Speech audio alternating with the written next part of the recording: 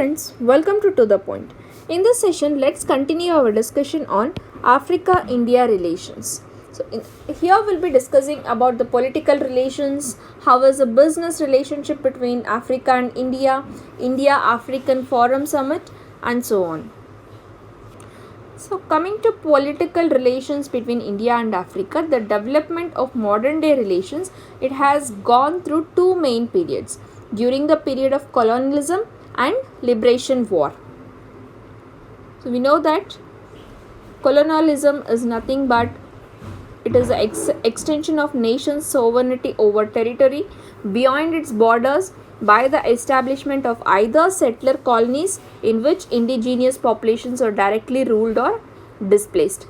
And during the liberation wars, so war of national liberation or national liberation revolutions, they are conflicts fought by nations to gain independence. So this term is used in conjunction with wars against foreign powers to establish a separate sovereign states for the rebelling nationality from a different point of view. So such wars are called as liberation wars. So during the period of this colonialism and liberation wars, political relations became stronger. And at the wake of the Cold War, so this was a period of ideological geopolitical tension between the United States and the Soviet Union, the Western Bloc and Eastern Blocs after World War II. Many African countries joined the non-aligned movement. So this non-aligned movement, it is a forum of 120 developing world states that are not formally aligned with or against any major power bloc. After the United Nations, it is the largest grouping of states world. It pioneered by Egypt, Ghana, India, Indonesia and Yugoslavia.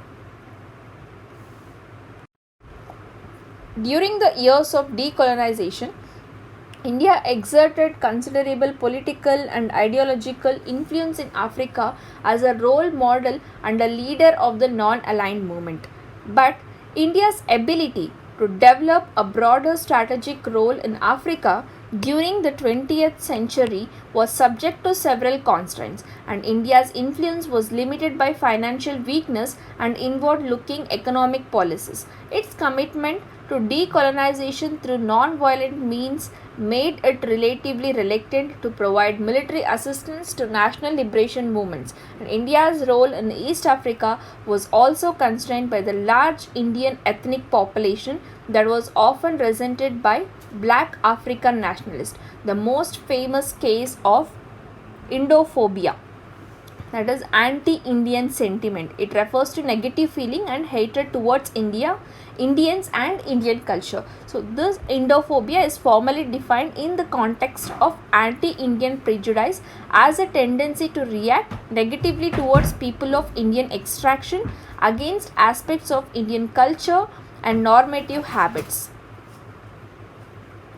So this most famous case of Indophobia, it is the ethnic cleansing of Indians and other South Asians in Uganda by Idi Amin. So ethnic cleansing means it is a systematic forced removal or extermination of ethnic, racial and or religious from a given area, often with the intent of making a region ethnically homogeneous along with the direct removal, and it also includes indirect methods aimed at coercing the victim group of flee and preventing its return, such as murder, rape and property destruction. So although this term ethnic cleansing has no legal definition under international criminal law, it constitutes a crime against humanity and may also fall under the Genocide Convention. In India-Africa Forum Summit, which was held from April 4th to April 8th, 2008 in New Delhi, India for the first time constitutes the basic framework for relations under the South-South Cooperation Platform. So there are numerous of Indians and Africans of Indian descent living in Africa. mainly in the eastern and southern coast in places such as Mauritius, Kenya and South Africa. And there are at least 40,000 Africans in India. So India-Africa business relations. So Indian firms, they are conducting numerous takeovers abroad and they are venturing into Africa. In June 2008, Bharati Airtel, an Indian telecommunication giant, it purchased a Jain Africa for 9 billion US dollars. And the trade between India and Africa, it has grown exponentially during the past 15 years, and Indo-African trade volume reached $53.3 billion in 2010 to 11 and $62 billion in 2011-12.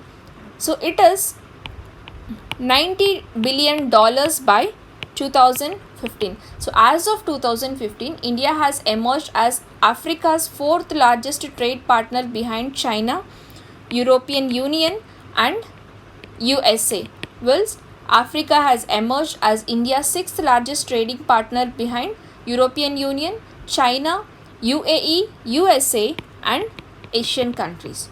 So this volume was at a meager $3 billion in 2001. So in November 2012, FICCI, that is the Federation of Indian Chambers of Commerce and Industry, President led a business delegation to Ethiopia to meet the new Prime Minister and reaffirm India's commitment to the growth and development of Africa. And Indian companies, they have already invested more than $34 billion in the resource-rich continent as of 2011, and further investment which is worth of $59.7 billion are in the pipeline. And among the proposals that CII, Confederation of Indian Industry, received from the African nations are 126 agricultural projects worth an investment of $4.7 billion, 177 infrastructure projects which is worth of $34.19 billion and 34 energy sector plants costing $20.74 billion. And ex-Prime Minister of India, Dr. Manmohan Singh, while expressing his country's support to Africa, said in an Indo-African Trade Summit that Africa possesses all prerequisites to become a major growth pole of the world in the 21st century. We will work with Africa to enable it to realize this potential. The Indian government, it has promised to extend loans worth Rs 5.4 billion during 2011 to 2014 and to several African nations in order to nurture growth in those nations.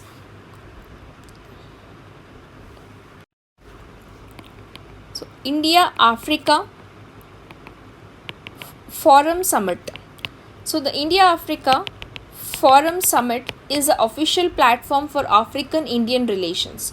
So this summit, IAFS, is held once in every 3 years, and it was first held from April 4th to April 8th in 2008 in New Delhi, and it was the first such meeting between the heads of the state and the government of India and 14 countries of Africa chosen by the African Union. Indian foreign aid to Africa. So in 2006, so in the year 2006, India launched its flagship and initiative in Africa by constructing the $1.5 million Pan-Africa E-Network. So Pan-Africa E-Network project, it is a information and communication technology project between India and the African Union that seeks to connect the 55 member states of the Union through a satellite and fiber optic network to India to each other to enable access to and sharing of expertise between India and African states in the areas of teleeducation, telemedicine, voice over IP, infotainment, resource mapping, meteorological services, e-governance and e-commerce services. So this project is often described as Africa's biggest ever in the ICT sector, and it is expected to extend ICT infrastructure to rural and previously underserved areas. So this project, it is seen as an example of India furthering its economic and strategic interest in Africa through the use of soft diplomacy, and has been acclaimed as an instance of South-South cooperation helping to overcome the digital divide in Africa.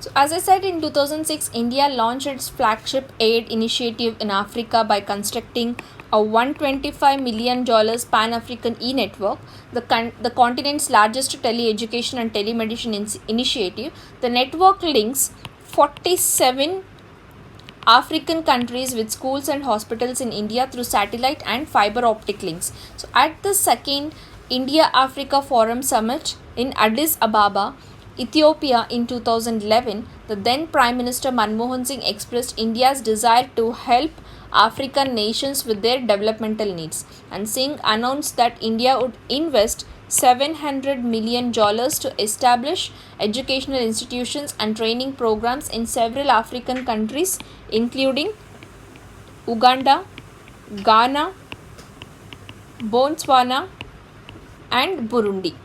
So the Prime Minister also announced a $5 billion in lines of credit for African nations.